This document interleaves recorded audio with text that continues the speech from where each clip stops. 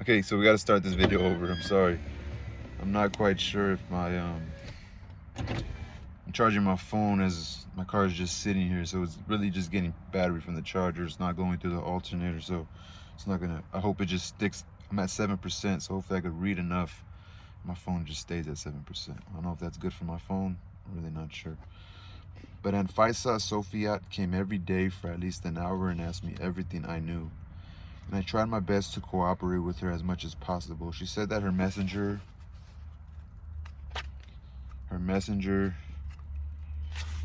was out looking for Ilfin, which is Chance and Prentice, but I don't believe that. That the journey was out took at least a day, and that's assuming that he hadn't left the town where we parted and traveled elsewhere. I wrote another letter and sent that one out as well, just in case.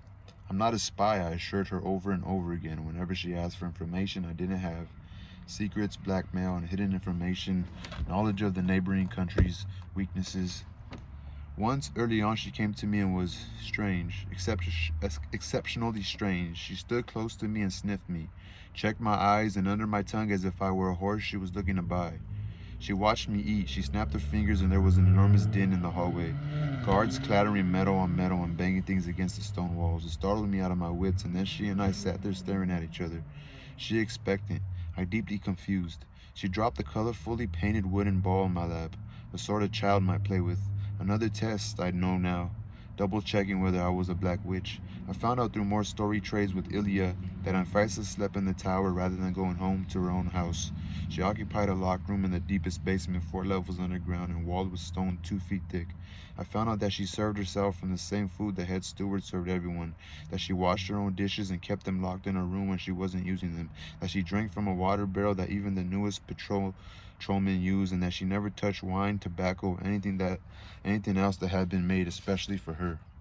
I found out too that her predecessors, 6 of them over the course of not quite 8 years, had all been assassinated. 7 rulers before her, 1 king of Pattern, had managed to die of natural causes, or what seemed to be natural causes at least. 3 more rulers before him had been assassinated too. It didn't seem to be a very cushy job, to say the least. Then one day after I had been in the tower for nearly a week, I was looking out my little window when I saw a small squad of red uniformed guards approaching the tower door. Order had sent her emissaries to fetch me, it turned out. Anfisa had used up her allotted time to question me. She wouldn't allow the order guards inside the tower, of course, but she came up to see me, tense and pale, and she spoke quickly to me, entreating me to remember her kindness, promising that she would send one of her most trusted aides to continue speaking to me, that she might in fact come herself if the situation demanded. The captain, Ostakolin, brought me downstairs and signed me over into the tender mercies of order. The days were getting shorter, though it was already mid-morning. The sun was just beginning to rise. I'm gonna just have my cup full. So now we're on a new chapter, bottom of 67. I would say a new scenario, a new scene. So it's really hot from the charger to my phone.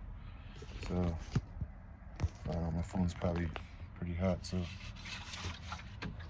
I'm gonna try to read one more chapter for you guys, and then I'll probably just go to my house and try to give it time to charge my phone.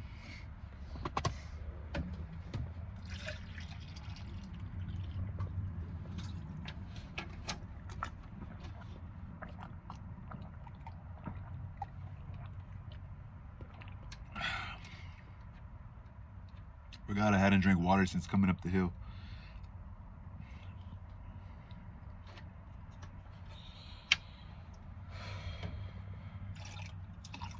So, all right, the new scene on page 67. On the upside, the new cell I was given was not so deep underground. There was, I think, a window somewhere down the hall because there was a faint glow of natural light from around the corner. I was put in a cell and left to myself. Constanza arrived within the hour, wrapped up in thick wool now that the weather had begun to turn. She pulled off her gloves, fine leather I noticed, and stuck her pipe in her mouth before she even said hello.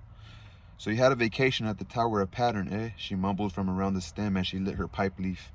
Apparently Anfisa Sofiat is saying you're not a black witch. I don't know how you convinced her of that, but let me be the first to offer my most hearty congratulations.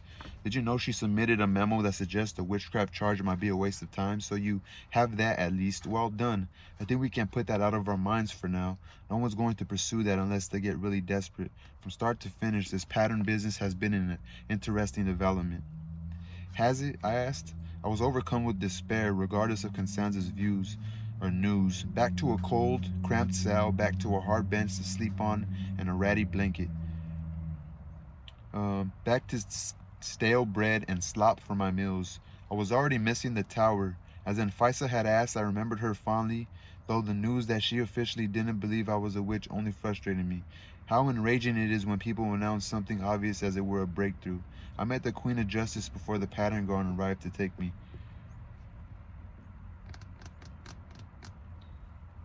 So yeah, I kind of believe that now what they said, like with Isla, which was the guard that was hanging out with Chant, said about the Queen of Pattern.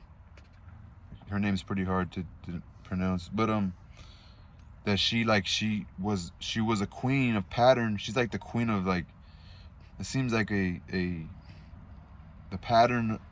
They call it the pattern, but that's part of their society. That they're kind of like the FBI, or like they're there to make sure nothing becomes corrupt. You know, they're supposed to be uncorruptible. So the pattern is kind of like an uncorruptible thing, you know. And look at the way she lives. Like she sleeps. She doesn't live like in. She just sleeps in that same building. She drinks the same water everybody else, eats the same food everybody else eats, you know. I don't know what he means. I met the Queen of Justice. When people announce something obvious, if it were a breakthrough. I met the Queen of Justice before the pattern guard. Okay, so he meets the Queen of Justice before the pattern guard arrived to take me.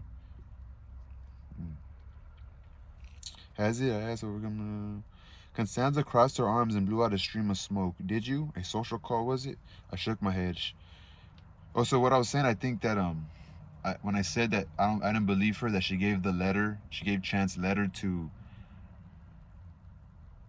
Ilfing, which was the apprentice. I didn't believe her at first, you know. I wasn't thinking she was gonna give his letters, but I guess it wasn't that big of a story. Maybe they were really trying to get a hold of Ilfing. Maybe Ilfing shows up later somehow. Constanza crossed her arms and blew out a stream of smoke. Did you? A social call, was it? I shook my head. She and the Duchess of Justice came. I was taken to a room. They asked me questions. I refused to answer without you. Okay, he's telling Constanza about what happened before. Good. They refused to send for you. I asked to send a letter. They said no. Anfisa, Sophia, let me though. So you met her in person then? She came to talk to me every day. I curled up on my bench and tried to cover up my ankles and my shoulders at the same time. And here I assumed she would delegate the task to someone she wanted to punish, Constanza said dryly. What did you talk about? She wanted to know, you know, the same things everyone else wants to know. I was tired and suddenly it came over me in a wave. Just get out, I snapped. I'm tired of being shuffled around like a pawn in a chess game, and I'm tired of being interrogated all the time. Come back tomorrow unless you could get me a proper blanket and a messenger to carry another letter to my apprentice. Can't come tomorrow. I have a hearing with one of my paying clients, you know. You were only supposed to be a tedious little witchcraft trial, now this. And just so you know, Anfisa saying that you're not a black witch doesn't mean that you're out of danger with the espionage charge. So don't get your hopes up. She left. I thought fondly of the Tower of Pattern. So this is his thoughts in his head. If you're following along, you know that these aren't quotes that I'm saying when they're not quotes. So she left, and then he thought before the chapter end that he had a thought about the Tower of Pattern, that he likes it. It's weird that, you know, I believe there's real lawyers out there that aren't really, like, what would you call Constanza's way of thinking? Would you call her blind? Would you call her ignorant? Would you call her, she's frustrating, you know? She doesn't get it, but I think there is even cops out there. There's even lawyers out there. There's people who understand. They get it. You know, they probably do their own research and understand. You know, and some just don't care. They're just doing their job. You know, and some just don't realize they're dicks, or they just aren't really there being helpful. You know. So I'm having fun reading, man. So in the next chapter, there's another tale in it, and I'm already 10 pages down, so this is like a 10-page. Okay, I'll do this one. It's pretty good, and I'll end on page 80. So a new scene in the middle of page 69. I asked the guard who brought my next meal if I could send a letter, and was, I expected, conclusively shut down. Constanza came again 2 days later with the bundle stuffed under her arm. Here, I asked around about secondhand stores and went all the way up to Bench Street to get this. Smelly, but it should do you. She unfurled the bundle as if she spoke. She unfurled the bundle as she spoke and flung it between the bars. It was an old horse blanket, and it was smelly, stale horse sweat and stale hay. But it wasn't any worse than the cell itself, so I wrapped it around my shoulders and grateful for it. You ready to talk today? I nodded silently. The Queen of Patterns spoke with you every day, you said. Yes, wanted to know everything I knew about anything. Yes, wanted to know everything I knew about anything. Intelligence. I didn't have much. I'm not a weaver. Did you answer her questions? Well, yes. Constanza sighed heavily. Did you ask to see me? Obviously, I'm not stupid. She wouldn't let you in. Too much of a security risk. Funny, because all I saw of their security at the tower was a wooden door and a lot of stairs. Yes, all you saw of their security. All you saw. Constanza waved that away. But you cooperated with her and ran your mouth, again, without my counsel? I'd be dubious about keeping you on at this point, but, well, finish telling me about what happened. I told her about the comfortable room, the hot meals, the warm bed, the brazier in the hall. In exchange for your cooperation, she sent your letters out with her messengers. But it's been days, more than a week, and I don't know where he is now, or if they even found him to give the letters. Constanza snorted. You're pretty naive when it comes to that, kid, aren't you? I could be your grandfather, woman. Don't you disrespect me. I just want him to know where I am, that's all. I want Ilfing to know. She probably didn't even send the messages out. I scowled at her as fiercely as I could manage, bundled up the bench in a smelly horse blanket. Bundled up on the bench in the smelly horse blanket.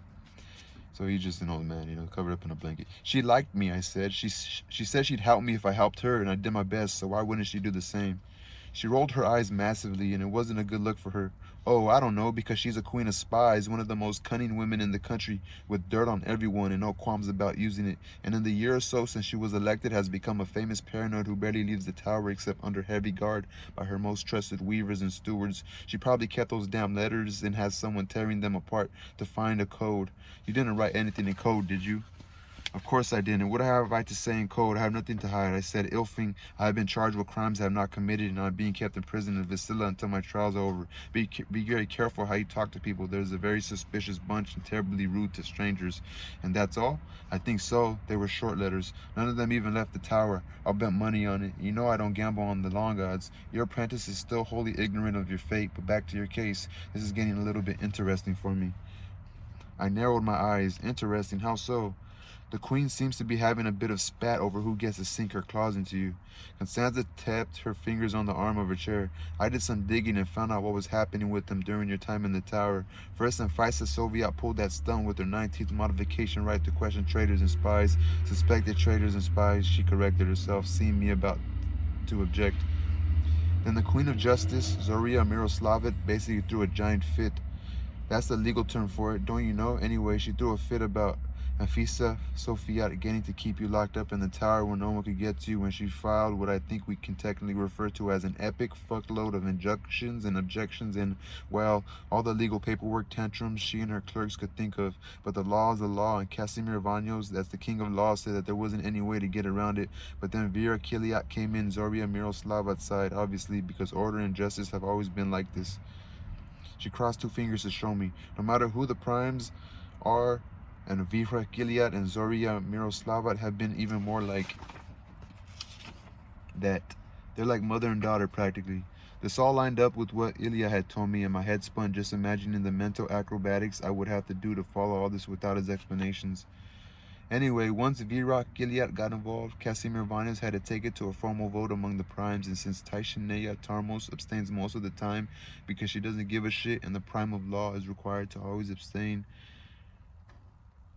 except in the case of a tie. It was just patterned against justice and order, and Afisa Soviet couldn't provide enough evidence to show that her questioning of you was turning up information crucial to the safety and prosperity of the nation. So she had to give you up, and that's that, and here you are. Here I am, I said, dazed. Who was the last one you mentioned, the one who abstains by choice? Taishiniya Termas Iliad Shesheni. It took a moment for me to wrap my brain around how all those names could belong to one person. The Nuri Evens love bureaucracy, you see, and they're not terribly creative, so every person's name goes by the exact same formula. A use name, patronymic, a matronymic, and a family name. Makes it easier for the advocates to alphabetize their filing cabinets or something, probably. The Queen of Commerce, you'll more commonly hear her called Queen of Coin, though, or the Queen of Gold, Penny Queen, Dragon Queen, Trader Queen, the Thief Queen, too, during tax season. Better than what they call Zoria Miroslavat, worse than what they call Casimir Vanyos. Dare I ask? Casimir's a loophole king, she said with a slight wry smile, or the king of convenient precedent. And Zoria is the rope queen, or gallows queen. I felt a little sick. Why does Tashinia Tarmos abstain? Personal preference. Likes to keep her options of allies open, I suppose. Prefers smiling over talking. Prefers no one to know where she stands on any given subject. I don't think you'd like her. How would he know who I like? Just a hunch. And all this is interesting to you? Oh, fascinating, Constanza said calmly. Imagine the opportunity to argue a case in front of a panel of all 5 of them. And if the fighting between pattern and justice keeps going on like this, and if order keeps supporting justice, then I have to go to a panel. There won't be any choice. Constanza leaned back in the chair and folded her hands across her stomach.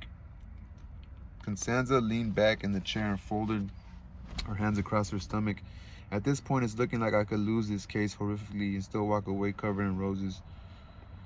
I wish you'd be more serious about this, I snarled. It's my life on the line, my freedom at the very least. I have a religious duty to attend to. So attend to it in prison. Everyone has stories, right? She was right. I didn't care to admit it. So you're going to stick around because it'll be good for your career? He just told her that. Oh, sorry, I was perhaps unclear. No. Your case itself is going to be shit for my career in all probability, but having a few months of being in the same room as the primes of the realm, having a few months to kiss ass like I've never kissed ass before, if I play my cards right, I could end up with some nice, cushy administrative position in law or justice and spend the rest of my days peacefully raking in the cash. Probably wouldn't go for order. Vira Gilead's a known hard ass. Coin's risky. The term of office for prime is only 5 years, so there's a lot of jumbling up every time someone new comes in. And pattern's creepy and impossible to get into. And the pattern primes always end up going crazy or getting killed. So their so-called life term is really more like 8 years or so maximum. If they're lucky, too much excitement, not enough cush. It'll be law or justice for me. Good long terms of office for those primes, 20 and 15 respectively.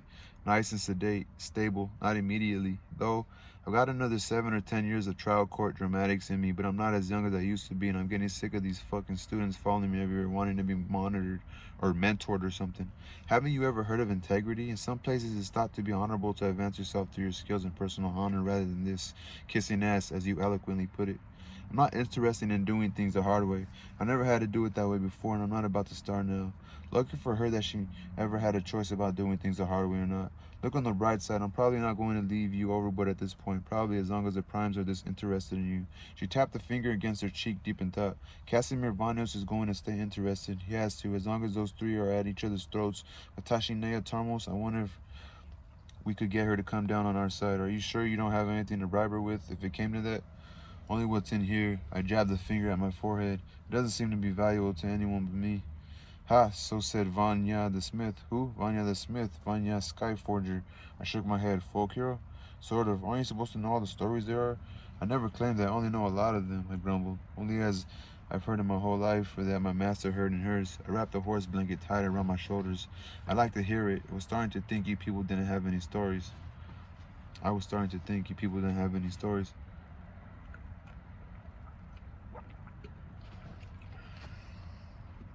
Okay, so the chapter's not over, but we got another tale, so I can finish this fairly quickly. So the 4th tale.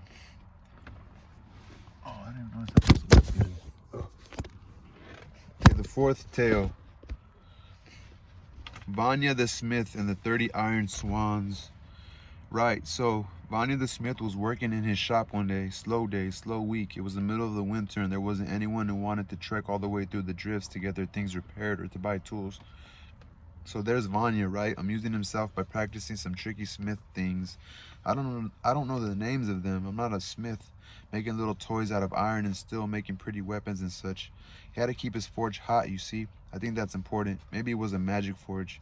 Anyway, so he starts making these animals out of wrought iron. He makes an iron mouse, but it's not right, so he melts it down and starts over. Makes an iron cat, but it's not right either. Melts it. Makes an iron dog, melts that too. He keeps going. Persistent guy, Vanya. So then he makes an iron swan, a big one, a swan size one, and when he's finished it comes alive and starts flapping right into his rain barrel, and he jumps back and there it is, floating on top of the water. Every time it flutters its wings they chime because each feather is made of metal. Well, Vanya thinks this is amazing, so he makes another and I guess he must have had a lot of iron lying around, and basically he fills up the whole yard with these iron swans.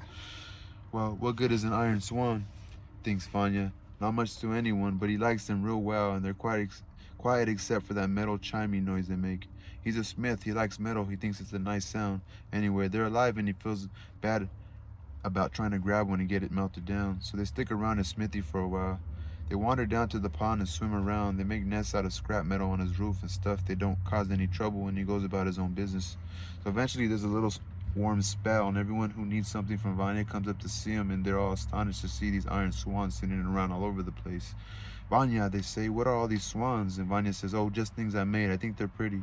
So a young man thinks one would be a nice gift for his spouses, and he tries to find out how much Vanya wants for them, but Vanya refuses to sell them, and he insists that they're of no use to anyone but him. God knows why. It doesn't make any sense to make a thing and not sell it to someone who wants to buy it, but that's how the story is. So everyone goes away and they all tell their friends about the iron swans at Vanya's.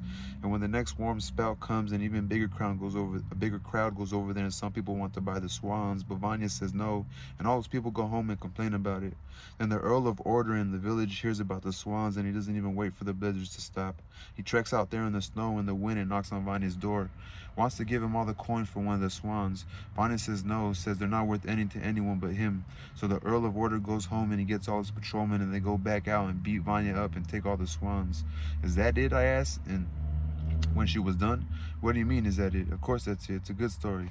I put my head in my hands. Your grandfather and their fathers would be ashamed to know that their descendant had fallen so far. It occurred to me that Constanza must have grown up very comfortably, considering the vague, dismissive way she talked about Vanya's smithing. Anyone less fortunate would have seen a blacksmith working at some point, but I got the feeling that Constanza never had. Well, if you don't like it, you can just say no. There's no call to be insulting.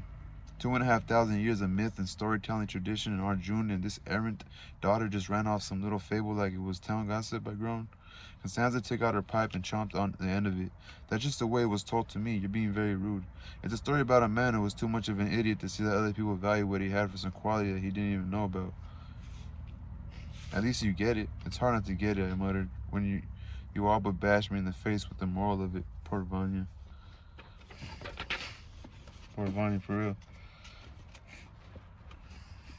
Beat him up and took all his fucking swans. Well, I can't just go around changing it to be different or better based on what you think, can I? Are there any other stories about Vanya? I suppose so. What's his pattern? What's he always doing stories? Makes interesting new stuff. Doesn't think it's any good. Doesn't let anyone else do anything with it but look. Magical things that come alive. He once made a plow, but it turned out to be evil. Or he thought it was evil anyway. And then what? And someone comes along and says something or does something that should prove to him that he made a good thing, but he's never convinced.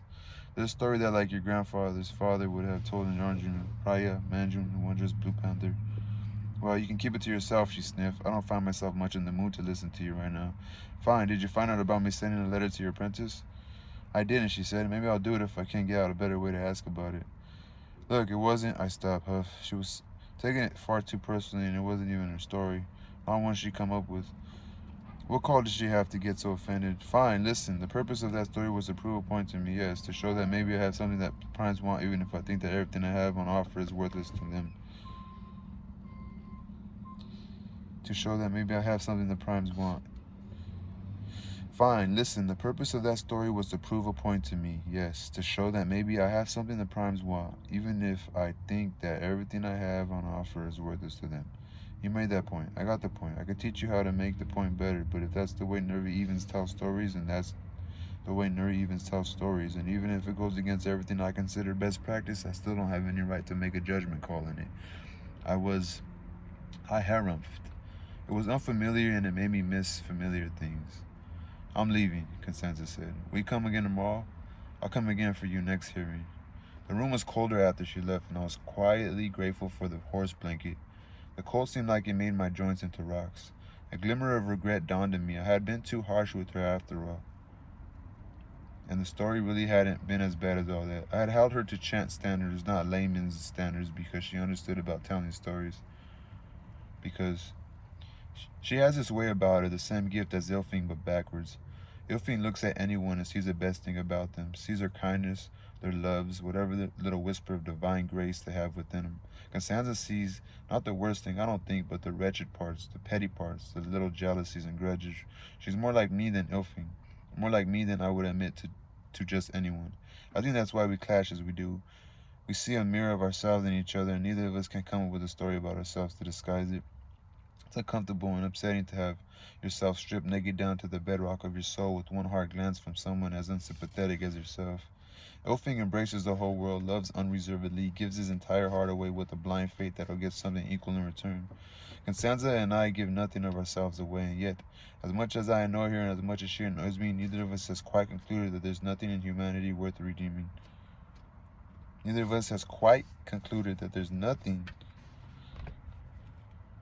in humanity worth redeeming. She's an advocate after all. It's right there in the title. She speaks for people who cannot speak for themselves. She tells their stories to save their necks or their souls or however you want to look at it. And so do I. I know exactly why I can't bring myself to be kind to her. I have no illusions about that. To find her likable, I'd have to find myself likable. And I know I'm not. I don't care to make myself so. That's it. Damn. Makes me think about the author. Like, what is she saying? Like, it's just the character. That's Trip. Chant. So, there's going to be another quick story after page 80. So, Alexander Rowland. Falling in love with you. Totally kidding. I'm like Ilfing, huh? Ilfing? So, it's a little under 30 minutes. Let's go!